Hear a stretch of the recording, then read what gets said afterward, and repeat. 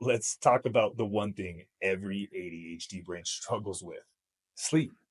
And not just go to bed earlier advice. I'm talking about how to actually wind down your nervous system and fall asleep without your brain trying to throw a rave, and staying asleep without waking up in some kind of panic at 2 a.m. Because here's the truth: ADHD brains, they don't shut down easily.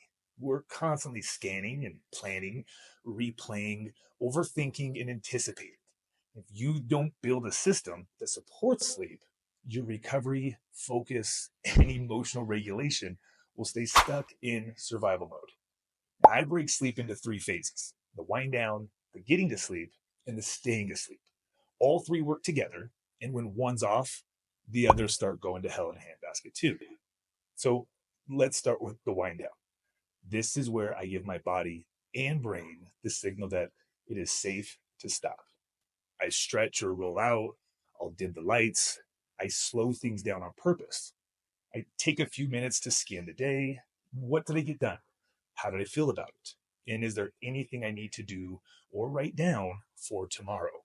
Because let's be real, the stuff that wakes us up at midnight is usually the stuff we didn't externalize before we went to bed. So I brain dump it. Now, whatever I'm holding in my head, I get out on a whiteboard or a notebook, whatever. This is what's going to clear up mental space. I'll also meditate here. Nothing complicated, just some quiet breaths and some music so I can shift out of planning mode and chill out. And next is getting to sleep.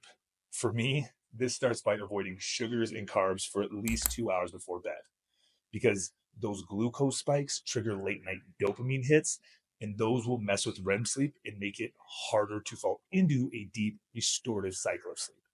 Then I use a few supplements that work really well for me personally. I'll usually take a low dose of melatonin, some tart cherry extract, and either valerian root or passion flower.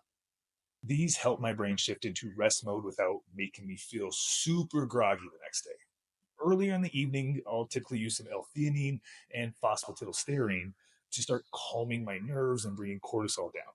And it's going to help with all those racing thoughts and feelings. And all of this works together to set the stage so that when my head hits the pillow, I'm actually ready to sleep, not just laying there fighting myself. Now, let's talk about staying asleep. This is where a lot of people drop the ball. You get to sleep, but then you wake up at like 1 a.m., wide awake, and your brain's like, hey, don't forget that thing tomorrow.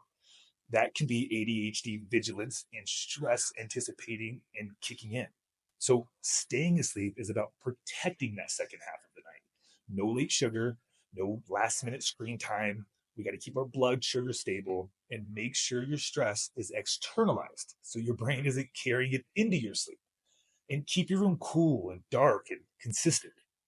All of these signals to your nervous system, and it says that it's not only safe to get to sleep, but stay asleep. And one more thing that gets totally overlooked: that's sunlight. Sunlight is your secret weapon for sleep. Getting natural light in the morning helps regulate your circadian rhythm, telling your body when to release hormones for sleep later in the day. It's why I built it into my morning routine. So sunlight just doesn't give you energy. It makes your sleep consistent and effective. The more consistent your light exposure is, the more consistent your sleep will be. Here's what I want you to try to do. I want you to try to build your own three-part sleep system. Choose one thing to support your wind down, one thing to help you fall asleep, and one strategy to help you stay asleep.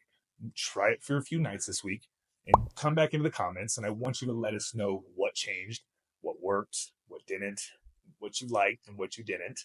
Because sleep is not something we force, it's something we prepare for. So let's build a system that helps your brain reset, recover, and recharge. Now, you've made it through this whole module. So if you're still here, I'm proud of you. Keep going. You've got momentum now. Let's build the rest of your machine around this.